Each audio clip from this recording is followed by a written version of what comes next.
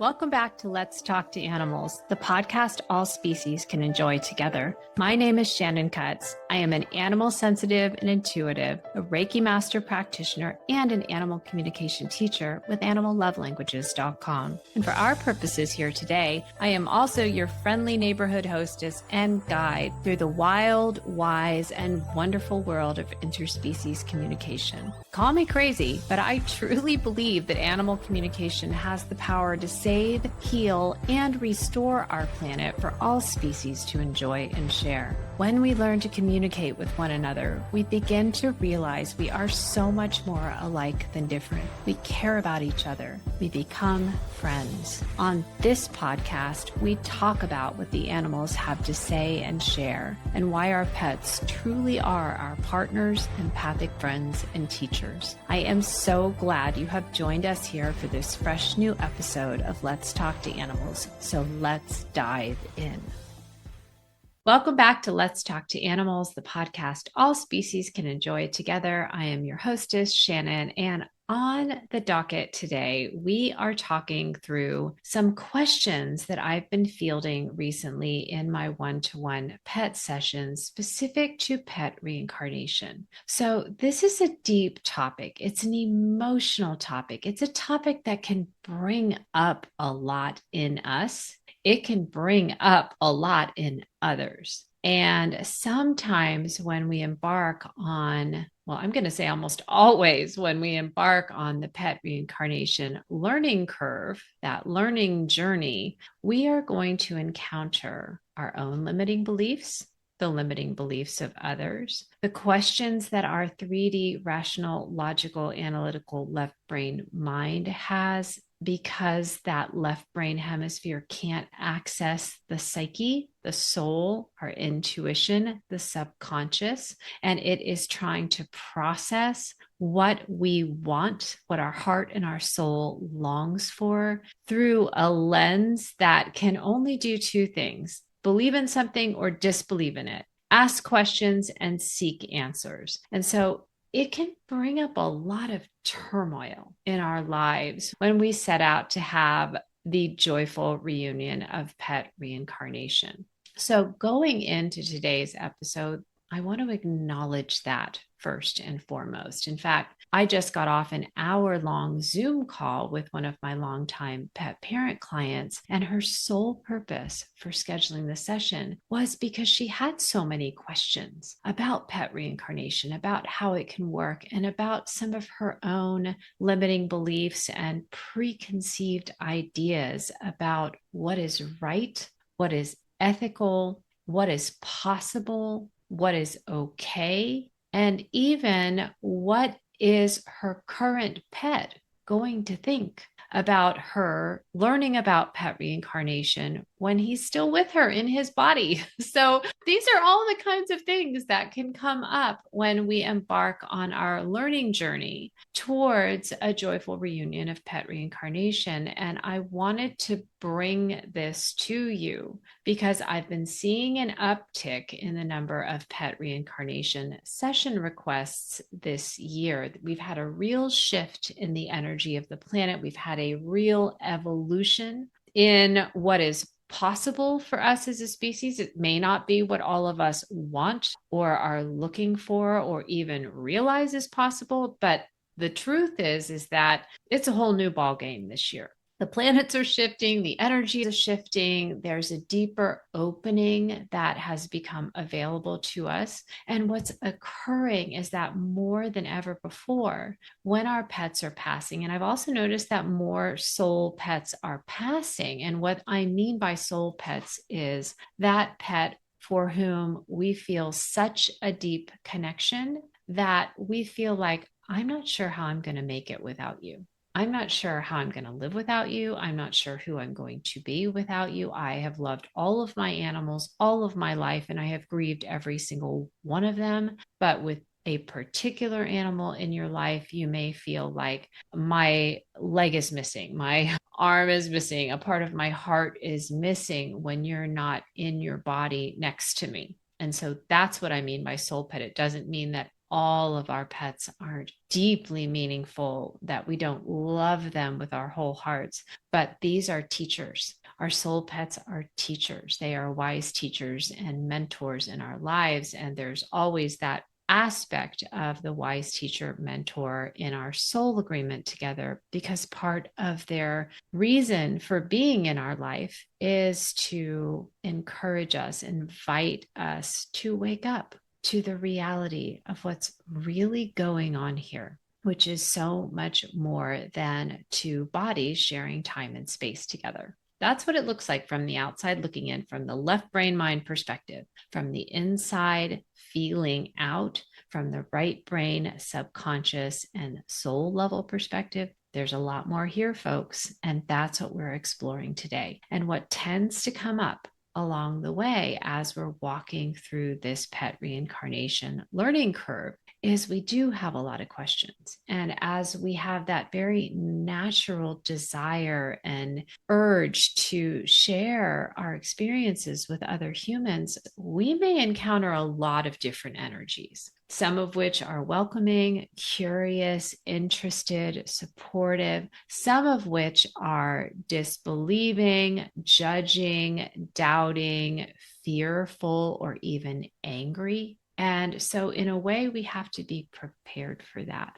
We have to know that going in, that we can only control our side of the street. When I teach animal communication, I teach via the 5 agreements, Don Miguel Ruiz's Toltec 5 agreements framework and structure, which is number 1, be impeccable with your word. So if you're curious, if you're open to learning about pet reincarnation, if your heart is calling you in that direction, it's important to honor that. The second agreement is don't take anything personally. And that agreement asks us to step away from owning other people's reactions and saying, you do you and I'll do me. And it's okay if you don't believe in pet reincarnation. It's okay if you don't feel like you can support me in my desire to learn and grow in this area of my life. I don't take it personally because you're on your path and I'm on my path. You can't prevent others from taking your path personally.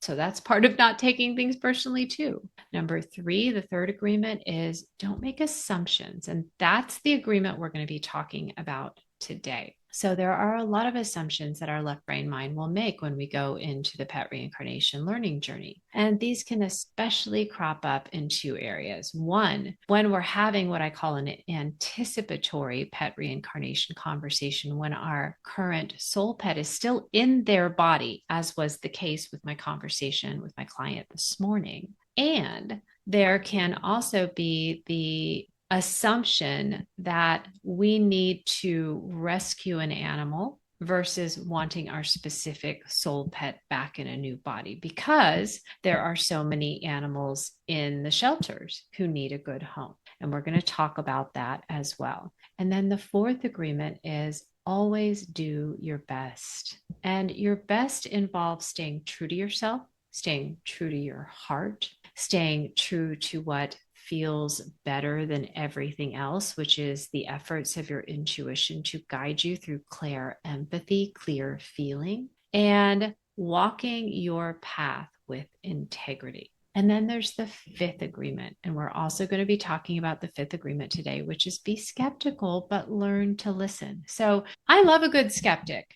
I have no problem with somebody who is genuinely skeptical because they have an open mind that is curious, that is engaged, that is interesting, that is seeking for what feels right and true for them. Where I run into issues are either on one extreme, those who've drunk the Kool-Aid and then they dove in and now they're swimming around in it. And anything I say to them, they will take as fact, which if you've ever worked with me one-to-one or in my student groups or in my practice circle, you know, I tell you, you decide your own truth. Don't take anything that I tell you at face value as quote unquote the truth. This is my perspective, my lived experience, my learnings from all the conversations that I have had with the animals. You go and do your own field research. and decide what feels true for you. Now, the other extreme is the disbeliever, the active disbeliever, the one who wants to come in and throw water on the fire of your enthusiasm. So,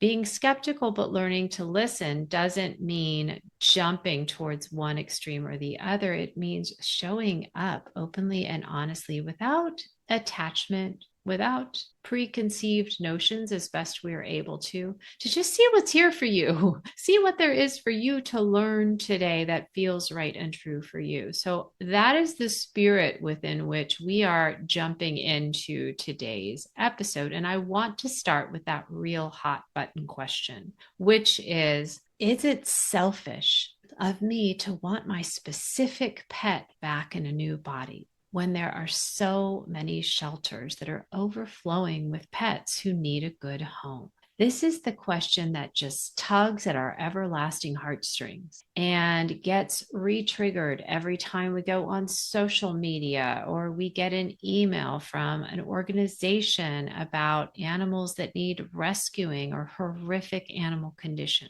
And we get pulled into somebody else's space, into their agenda, and into their supposed judgments about what feels right and true for our heart. So I just recorded an episode about the pet hero's journey, which talked all about traumatized, anxious, sensitive pets, pets who are going through something in life, pets who appear to our eyes as a victim of their life, a victim of their circumstances, a victim of other people, and how it's so vital to give the animals their personal power back, to give them back the leading role in their own story. So it is so easy for us as humans, as the apex predators of our era, to look at pets in shelters or on the streets or anywhere where there are sub-level conditions and what we feel are unacceptable circumstances. It's so easy for us to look at them and just see a poor, limp, helpless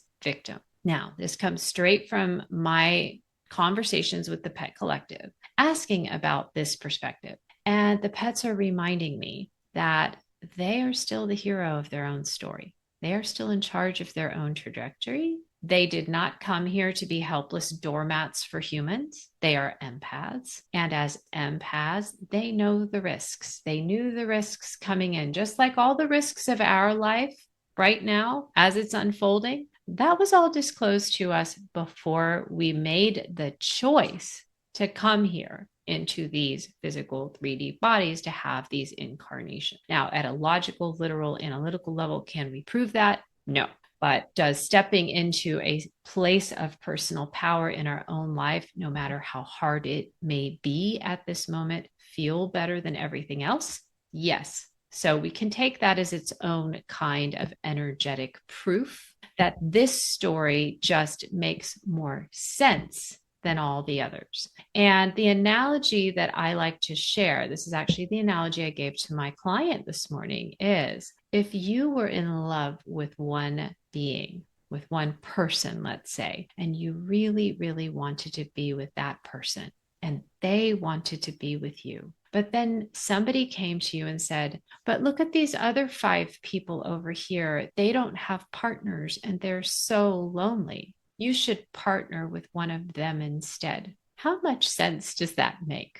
The thing with our pets, especially our soul pets, our wise teacher, mentor pets, is we have a soul agreement with them. And it doesn't matter how good our intentions are and how wide open our hearts are. If we invite an animal into our family who is not meant to be there, that's a whole other conversation. And there are cases that I work with where we see an animal that's repeatedly not getting along with their sibling, not getting along with some human family members, not able to stay in the home. They're constantly escaping. They're escape artists. They're seeking any way out. Now, don't misconstrue that I'm saying that every pet who tries to escape doesn't want to be in your home or isn't meant to be in your family. That is not what I'm saying. I am saying when our action and the energetics behind it and the reason for it stems from a place of I I should just go and rescue this pet because they need a good home versus my heart is singing for this pet and I won't feel complete until they join my family. Do you see how those are two completely different pots of energy? And the energy behind the action we take can almost predict how it plays out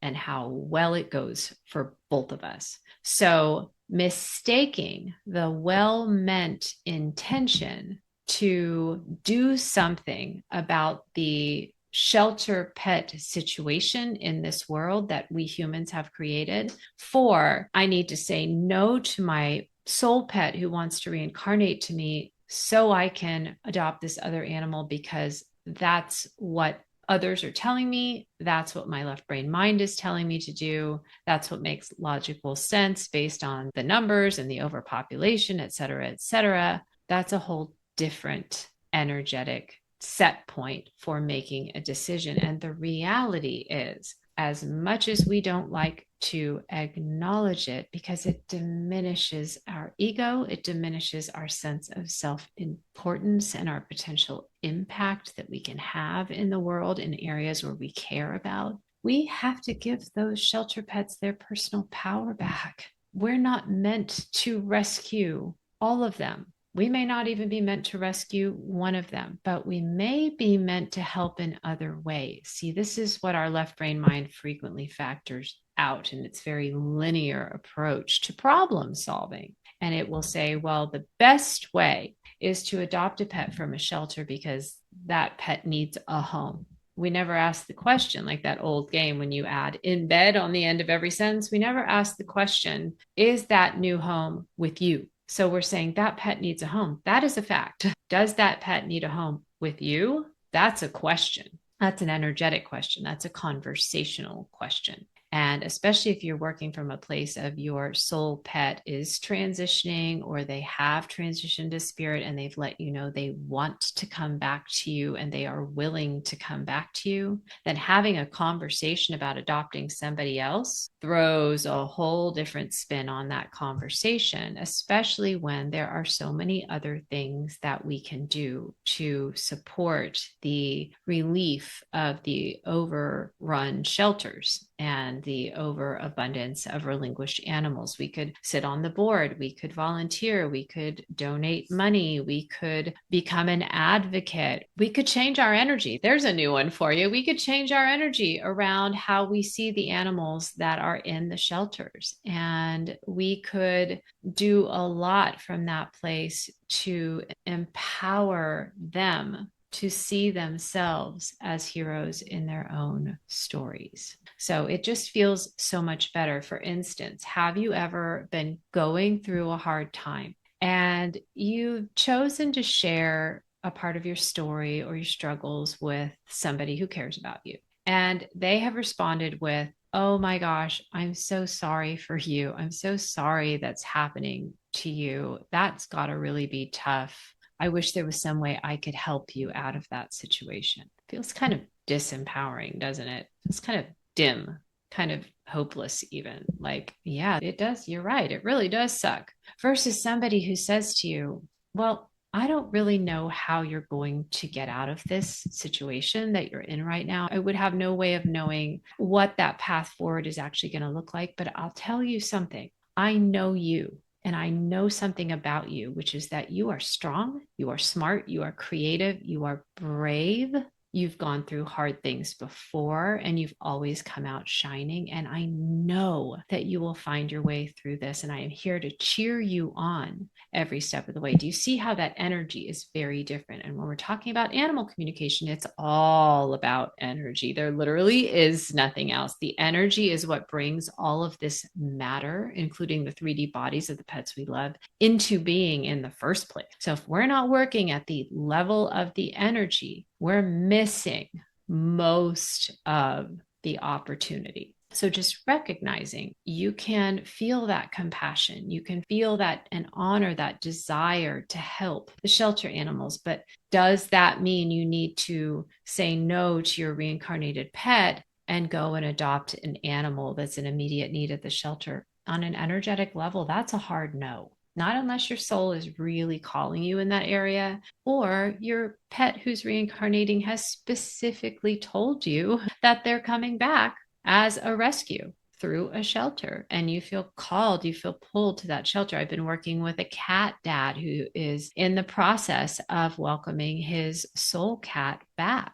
And I gave him the name of a local rescue because he happens to live in the same city that I do. And he reached out to them, but he also wrote me an email and said, I'm really pulled to this other charity. And you know what I said? Well, then go there. That's your intuition talking. And that's where he found his reincarnated pet. So we can honor our heart's desire to help without getting stuck in how that help needs to be offered. And this leads me to the second big trigger question that a lot of my pet parent clients encounter when they're welcoming their reincarnating pet back. So if this applies to you, pay close attention here. They're welcoming their reincarnated pet back, and the pet has indicated that they're coming through a breeder situation rather than a rescue situation. And I was just talking with a pet parent about this very thing,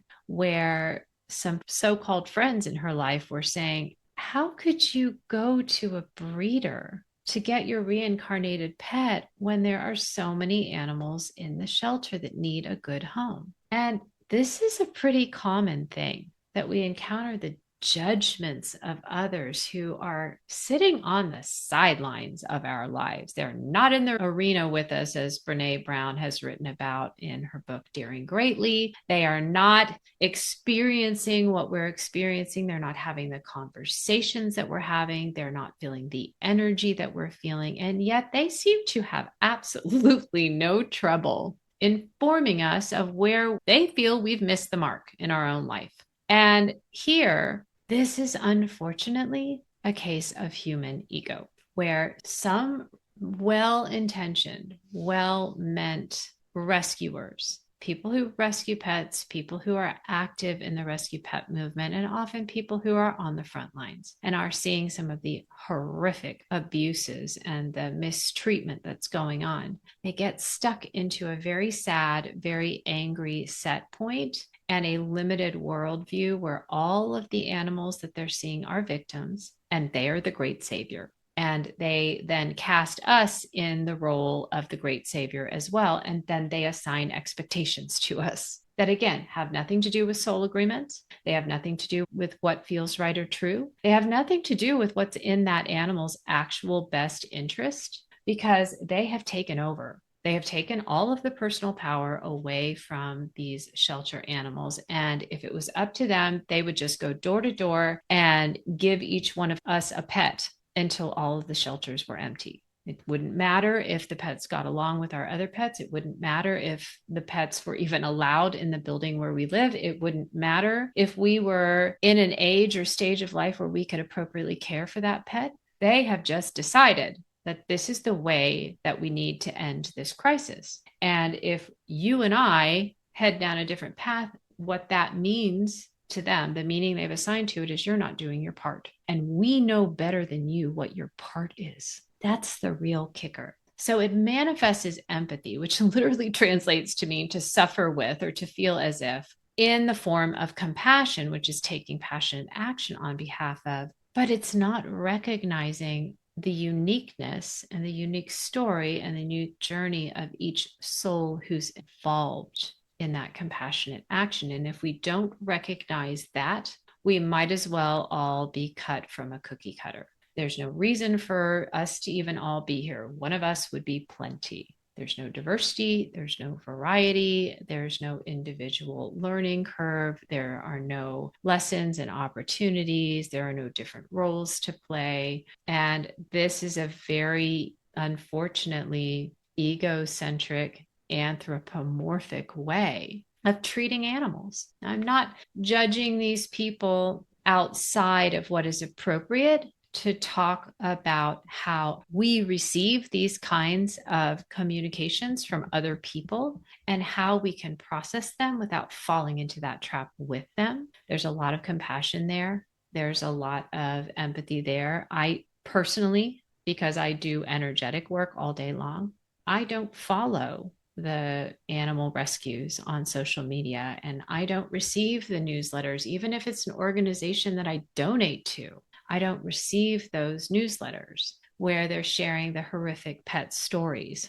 because if I'm opening up my email to prepare to talk with your pets and that is the first thing I see, I'm going to have to do a lot of energetic maintenance work before I can prepare to connect with your pet and have the conversation that they really want and need to have with you through me. So, safeguarding your energy is key. This is why, for my pet reincarnation clients, I always advise them to guard your heart. Tell only those whom you already have an assurance that they are open, that they are curious, that they are interested, that they see the real, true you underneath the grief, underneath the loss, underneath the struggle. Sometimes this isn't even our partners, because typically our closest partners and our family members and our best friends, they just want us to feel better as fast as possible. And if plopping a new pet into our lap is a way that they think is going to achieve that goal, well, more power to them. They'll do it.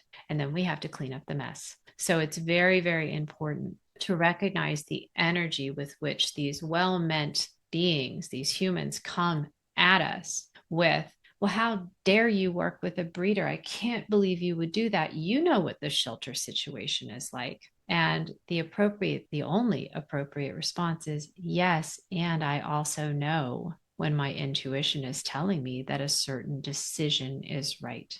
And that leads us into the next frequently asked question about breeders, because ethical breeders are doing their part. I realize this is a very sensitive subject, but here's a fun fact for you. All of my animals have come through some type of breeder situation. There are a variety of reasons for that. And every single breeder that our family has worked with has checked every box for ethics, for transparency, for health testing, for honesty. And in some cases, especially for myself, since I also have exotic, what we call so-called exotic, non-cat, dog, or horse animals in my family, there are a lot of conservation concerns around animal trafficking. There are even some rescue charities, so-called charities, that are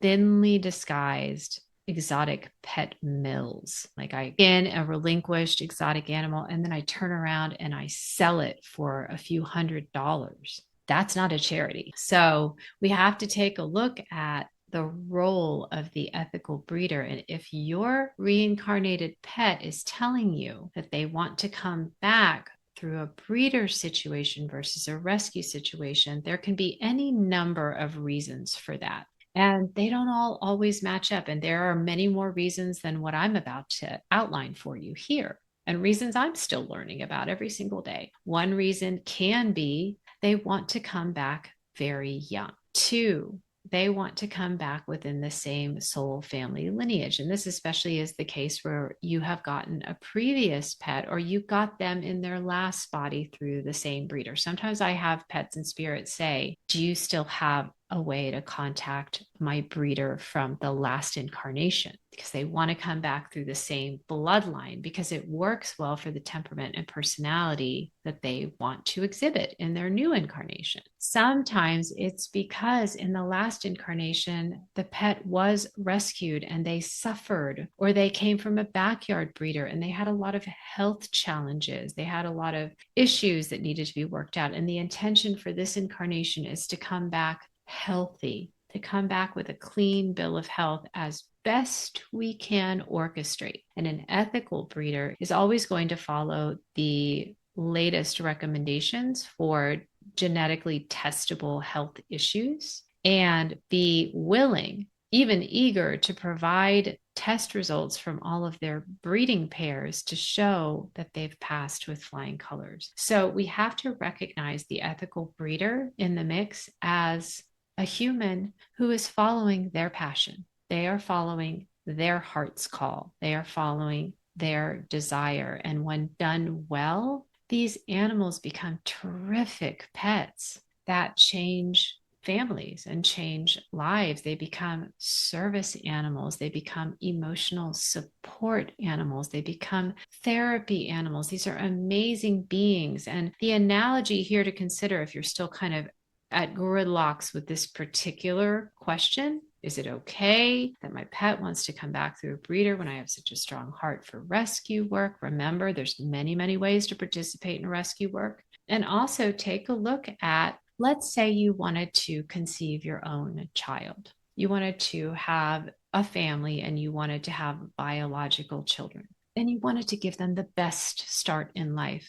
All of the health tests, all of the care, all of the best nourishment, all of the safest environment, all of the most enriching activities. And then somebody came to you, another human came to you and said, but there's all of these children in an orphanage in China, in Russia, in Mexico, here in the United States, which is where I'm recording this episode. Why are you so selfish to want your own child when there's all of these children that need adopting? You should do that instead. And then you have to wrestle with that. And there's the head logic and there's the heart's truth. It's no different when we're looking at adopting a new pet. What is your heart level intention? And if we're in conversation with your pet, and especially if they're reincarnating to you, what is their soul path and what is their desire? So following the path with integrity based on the energy and the feeling rather than the logic and the analysis and the judgment from other people and the opinions of others, or even our own opinions, is where magic can happen, where we will only see as we take each next right feeling step on the path why that was the next right feeling step. This is manifestation 101. We put ourselves into a set point of this is what I want my life to feel like. We feel that way now. And then we take each step and course correct based on whether we feel like we're getting warmer or colder, to use the analogy of a childhood game, to that ideal feeling set point. So this is working with energy and using energy as your inner co-pilot. Does it feel better or worse than I felt a second ago? Does it feel better or worse than the ultimate vision I have for reuniting with my soul pet? So it's like going to the eye doctor and getting the little lenses, for those of you who have prescriptions, back and forth. Is it clearer with A or B, with C or D, with A or C, with B or D? And we go through until we find the ideal prescription. So we're doing an inner version of this as we're walking, taking each step along our own hero's journey to the joyful reunion. So there's a lot of respect here when you follow your path with integrity, and precisely because it often does kick up opposition. And we have to go deeper than either caving in to somebody else's strong opinions or talking ourselves out of our own strong impression. This is learning. This is that opposition that makes us stronger and braver and clearer and more joyful and more truly empathic and compassionate, because instead of just taking one knee-jerk reaction after another through life, we stop, we sense into, what am I feeling in this moment? What is my ideal feeling state? How far away am I from that? What is one thing I could do, one action I could take right now to get me a little closer to the feeling set point that feels truest for me? And then go do that. That's what one of my mentors calls slowing down to speed up. It is much harder to do than it sounds, but it really, really, really works. So the next question I want to talk about is, if I start talking about or learning about pet reincarnation while my pet, my current soul pet, the pet that I want to have reincarnate back to me, is still in their physical body, will that A, cause them to die faster, or B, assume that I don't want them anymore and that I've just kicked them to the curb and I want a new model? This is probably the number one fear and roadblock that we encounter, that we have to walk through when we're talking through a pet reincarnation journey, is what is my pet thinking about my interest in reincarnation? And to this question, I often counter with the question, Well, who do you think it was that put the idea for pet reincarnation into your head in the first place? This is the question to end all questions. I will share with you that many of you who've been Let's Talk to Animals listeners for a while, you are familiar with the story of the miraculous, joyful reunion that I had with my soul bird of 24 years, Mr. Pearl.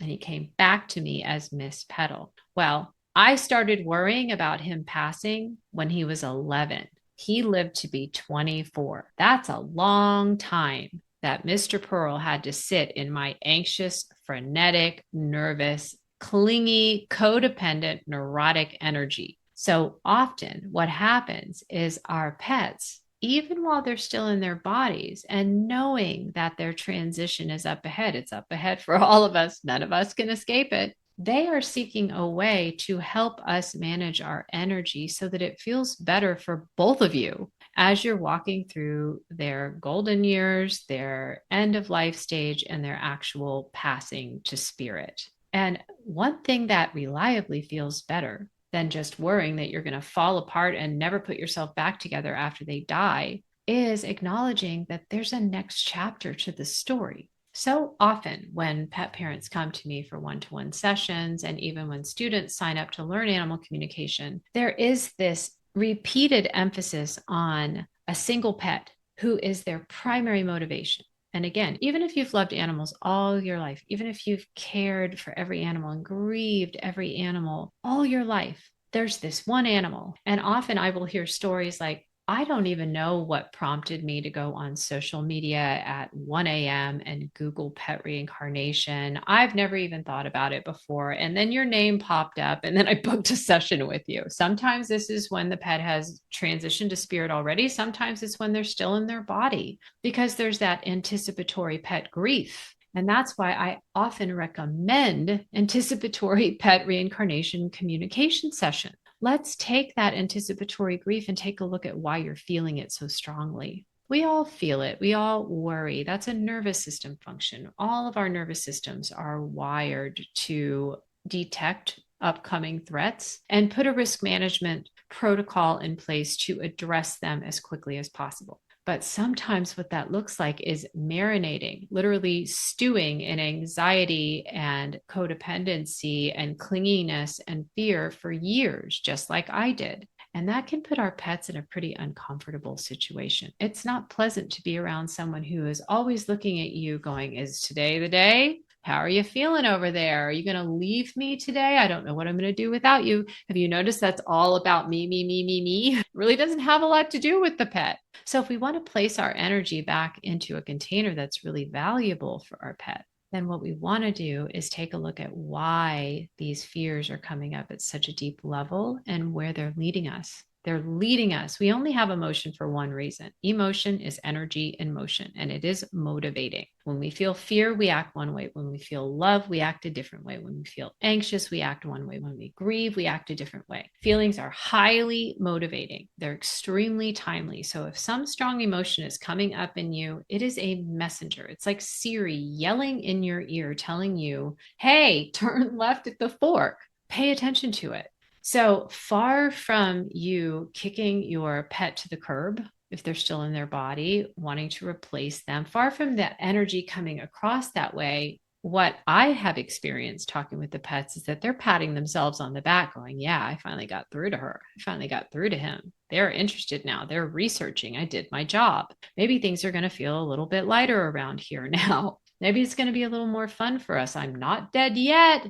Let's go have a few more adventures and then look forward to many more when I come back to you. And that's the other question that really comes up is, am I manifesting what I don't want by talking through what I do want? So in this case, what I don't want is my pet to die on me just because I'm talking about pet reincarnation. And what I do want is the continuation of the bond, the continuation of the heart and soul connection, the continuation of the relationship. And what the pets have shared with me again and again and again is, if the love is still there, the bond, the relationship is still there, body optional. This body is like a computer or a smartphone. At some point, the internal hardwired battery is going to run out. It is going to run out of juice and it will no longer be able to hold a charge. And if you've ever had a device do that and you've taken it to the store and you've had the repair person say, the only thing that we can do for you is to get you a new device, that's what happens when the body wears out. All of our bodies have a pre-built internal battery of some sorts, even though we're still sorting out exactly where it is and how it works and when it reaches its point of no return. But we all have one. And in most cases, our pets' bodies have batteries with a shorter shelf life than the batteries installed within us. And so we know it's coming. Our nervous system knows it's coming. Our soul knows it's coming. So why not talk about the elephant in the room and explore why there's this deep sense of, I don't feel like I can live without you. Maybe, here's a creative thought to play with. Maybe it's because you're not meant to. Your pet is trying to let you know we've been together before. We'll be together again. Don't you worry. We will always be together because this is the best way. It's best for both of us. You are your best self with me. I am my best self with you. Why wouldn't we be together in an energetic universe that is always seeking coherence, alignment, harmony, evolution? Since the Big Bang, we are still expanding. Our universe is still expanding. We are all always wired to seek expansion, and expansion happens through the heart. It happens through the emotion, the energy and motion of love. So if we're better together, there's no logical reason why we wouldn't come back together, except if we simply refuse to do it because we don't believe it. We allow others to judge us for it or talk us out of it. Our fear or our past or our culture or our upbringing seems to prevent it. We can put obstacles in our own path, and our pet is inviting us to remove them or to just not install them in the first place. So trying that on for size puts a whole different spin on, is my pet just offended that I'm talking about their reincarnation while they're still here? No, they're delighted. They're encouraged because it means you're going to lighten the F up at least a little bit. And maybe this last period in your life will be more fun than it might have been otherwise. I love what one of my mentors, Byron Katie, said to us during a retreat I took with her. She said, if somebody pushed me off a cliff, I would keep my eyes open the whole way down so I wouldn't miss a moment. Now that's living in the moment. And that is how our pets mostly live. If you have a pet who feels trapped in the past, you'll want to listen to my episodes on pet anxiety and pet trauma and pet high sensitivity. But the factory setting, the inbuilt setting is present moment awareness, present moment living. So if they can get us into a state where we are grounded in our heart, fully cognizant of the real nature of this longing to be together forever, actively investing in our own learning journey so that we can grow into manifesting what feels true on the energetic level at the 3D physical level as well, and empowered to install and maintain strong boundaries against those who have resistances to the path that feels right, well, we're going to be a lot more fun to hang out with. Our energy will feel lighter. And especially when our pets move into their end of life era, where their bodies are slowing down, their batteries are slowly draining, and they're not being recharged as effectively and efficiently.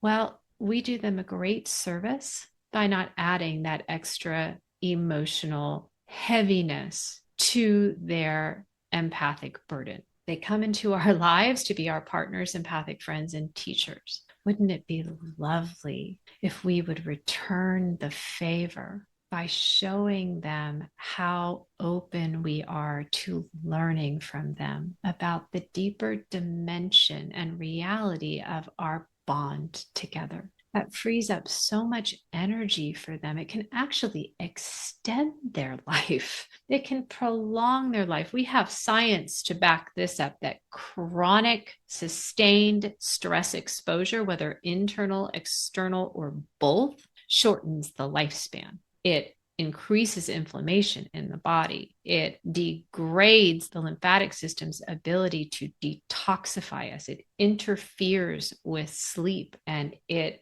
consistently sabotages healing.